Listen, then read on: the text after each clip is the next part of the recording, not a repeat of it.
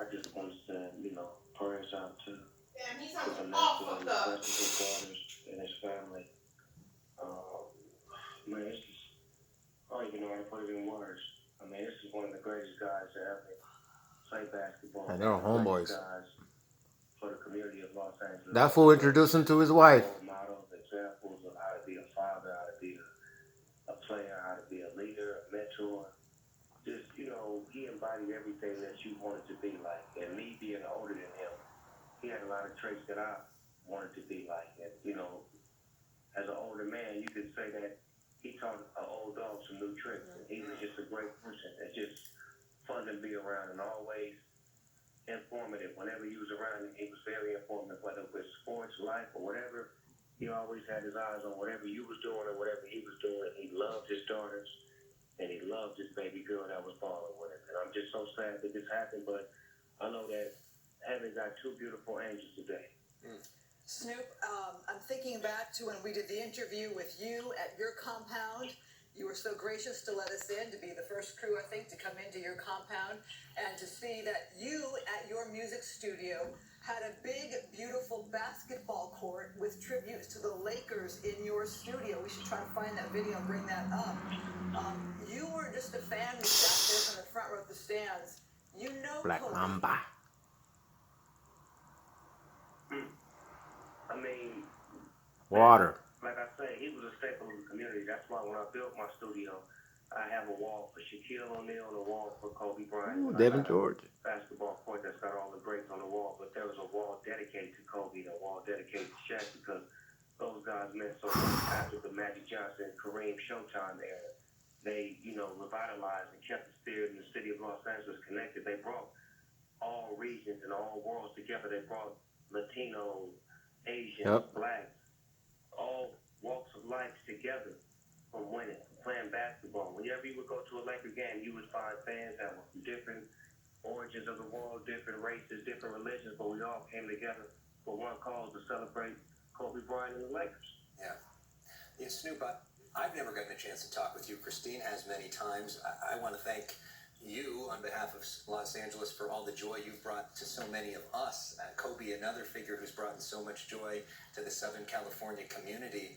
One thing I really respect about you The Lakers beat the is Super your Sox. extraordinary work ethic over so many years to outwork people in so many different fields. Can you talk about Rest in peace, Kobe Bryant and Gianna Bryant. as a basketball player and sort of the lessons that you learned from watching him up close? Well, one thing I learned from Kobe was that as time went on, he got greater. And that's one thing, and I wanted to resemble my game similar to his as far as getting great with time, like fine wine, and just find ways to reinvent myself and to become great. And that's what Kobe always did on the basketball court. He developed a better shot when he was working with Hakeem Olajuwon. He developed, different ways to communicate with the players and become the full-on leader and, develop the way to become a businessman off the court when he finished his career, to connect with the kids and to create things that were, ignited by the kids in the future. And then to be a great role model in basketball for girls and boys. And to open up this Mamba Academy and just to be a great father to his kids and to be a coach to his daughter. When you're coaching your kids, man, that's a very special moment because you're really giving them all you got because you see something special in them. And for you to dedicate your time to being a coach, somebody on his status, that just shows how much love and dedication that he got for his family. And you being a football coach yourself, but Snoop, I'm thinking you and I were at the Nipsey Hussle funeral. You spoke on stage. You and I talked by phone before you went. I remember how heartbroken you were for that service. Can you believe we are going to have to remember another great? Can you believe we're here again? I mean, that's the sad part about everything, but it's all God's plan. We don't never question God, and we know that Kobe lived a brilliant life when he was here. He left so much for us to continue his legacy and to be there for his family, for his daughters and his wife, and so that way we can continue the legacy and speak and bring his name to the forefront as being one of the greatest to ever do it. I'm sure they're going to put a statue at the Staples Center. I suggest that they change the logo to the NBA to Kobe Bryant. Oh. Well, of course, the man who's in the logo of the NBA right Jerry now West. is Jerry West, who brought Kobe Bryant to the Lakers. He was the guy who traded for him back in 1996 with Vlade Divac to bring Kobe Bryant to the Lakers, showing sort of the legacy of all the different generations that Kobe has inspired over the years. What do you think, Snoop, that everybody can learn from Kobe, and not only that, but his sort of impact on young African American males, and the way that he prioritized fatherhood, and the way that he prioritized his community? What do you think are sort of the key things that our community can learn from Kobe? I mean, just to come from the bottom and rise to the top by being excellent and continuing to be you the whole way through. Kobe Bryant remained himself at all times. He never wavered from who he was from the beginning of the time in LA to the end of the time in LA. He was always who he was, and we loved and respected him for it. We consider him a part of LA. You know, we consider him a part of our culture, our childhood, our everything. Not my childhood, but my kids. You know what I'm saying? My kids grew up to Kobe, and I was a young rapper around the same time he came to LA. So we all grew together, and we all basked in the same, you know, harmony as far as bringing LA together. And, I mean, he just going to be remembered for all of the great things that he did. You know, a lot of basketball players really looked up to him. A lot of entertainers looked up to him. He meant so much to so many people, and I'm just so sad for his family right now. And I'm sending a lot of prayers and a lot of love to his daughters and his beautiful wife.